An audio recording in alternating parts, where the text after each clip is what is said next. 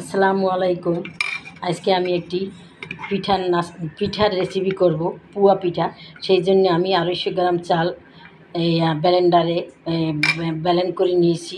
ভিজিয়ে রেখেছিলাম রাত্রে, সকালবেলা। এখন আমি ব্লেন্ড করে নিয়েছি।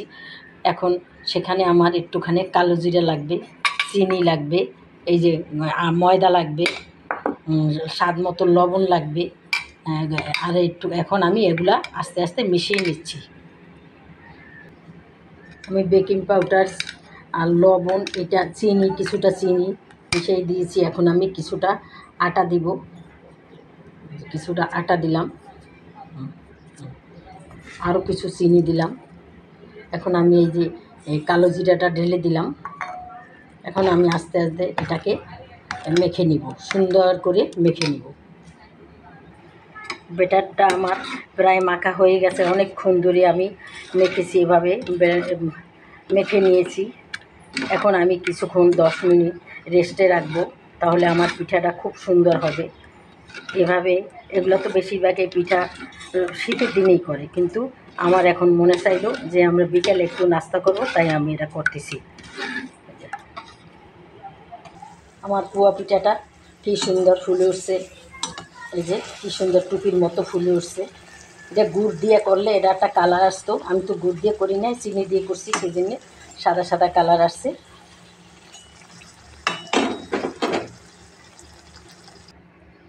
আমার পিঠাটা হচ্ছে,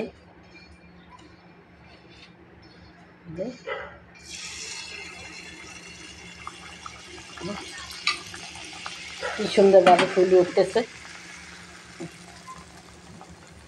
এই পিঠাটা। আজকে বিকালে সবাই নাস্তার জন্যে করলাম আর কি। এগুলো বেশিরভাগই তো শীতের দিনই করে, সবাই জানে। গুড় দিলে কালারটাও সুন্দর হয়।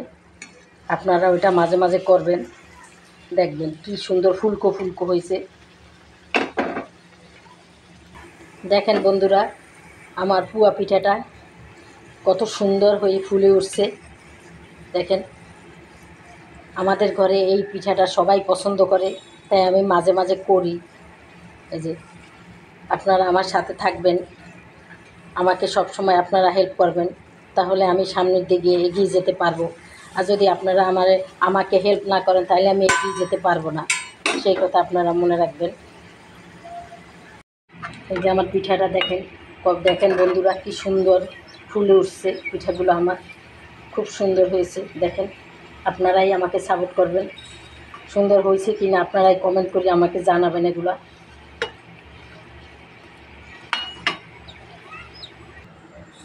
এই যে আমার পুয়া পিঠাটা হয়ে গেছে।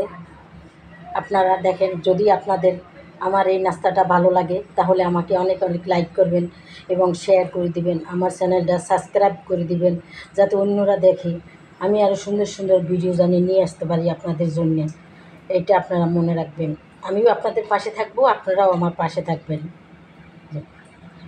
আসসালামু আলাইকুম। এই যে দেখেন বন্ধুরা, আমার পিঠার রেসিপিটা শেষ হয়ে গেছে। দেখেন আপনাদের কেমন লাগে। আপনারা আমাকে, যদি এই রেসিপিটা আপনাদের ভালো লাগে, তাহলে আমাকে অনেক অনেক লাইক করবেন এবং শেয়ার করে দিবেন। আর আমার চ্যানেলটা সাবস্ক্রাইব করে দিবেন, যাতে অন্যরা দেখে। আপনারা আমার পাশে থাকবেন, আমিও আপনাদের পাশে থাকবো। আমি নতুন, তাই আপনারা আমার পাশে থাকবেন।